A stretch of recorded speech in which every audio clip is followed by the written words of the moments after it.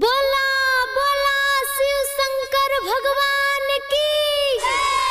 Presented by Bharati films Lakhisarai. DJ Umesh Sukhipur बाजार।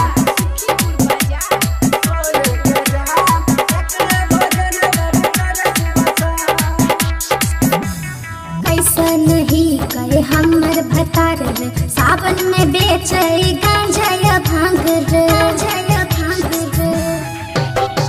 कैसा नहीं कहे हमर भतार रे, सावन में बेचे गांजा या भांग रे। सबे कमरियन के ले लेते जान, सबे कमरियन के ले लेते जान। भंगिए तो ही कैरानी भोले के जान, एकरे भोजन बाबा करे सुबह शाम।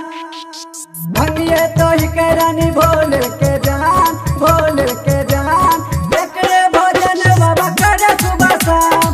भंगिए तो ही कैरानी भोले के जान, एकरे भोजन बाबा करे सुबह शाम।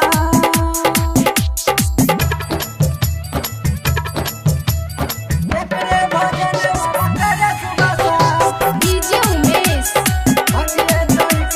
सुखीपुर बाजार।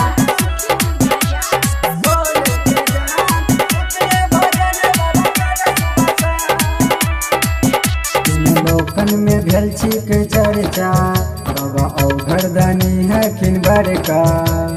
बोलबम साधे बोले, बाबा के भक्ति में डोले, बाबा के भक्ति में डोले। हमरा त लागै छै डर हो, पीके में जाय सब लोग हो। कैसे के जलवा चढ़ैतै, उनका दुआरिया पे जैतै। इहे सोची हम छियै परेशान, इहे सोची हम छियै परेशान। भंगिए तो ही कैरानी भोले के जान, एकरे भोजन बाबा करे सुबह शाम। भंगिए तो ही कैरानी भोले के जान, भोले के जान, एकरे भोजन बाबा करे सुबह शाम।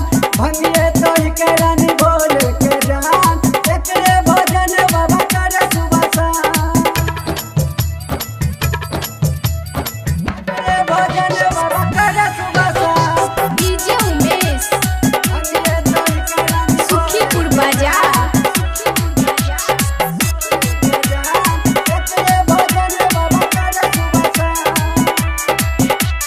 सभे कमरियन के टोला, पियै छिकै भांग के गोला। बोलबम सभे बोले, बाबा के भक्ति में डोले, बाबा के भक्ति में डोले।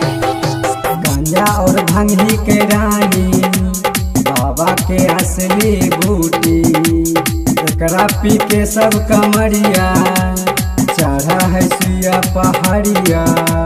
राइटर रूपेश वो पियै छिकै भांग, संगे में अनुराग वो पियै भांग।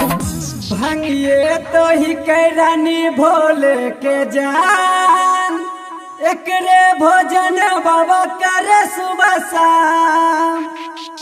भंगिए तो ही कैरानी भोले के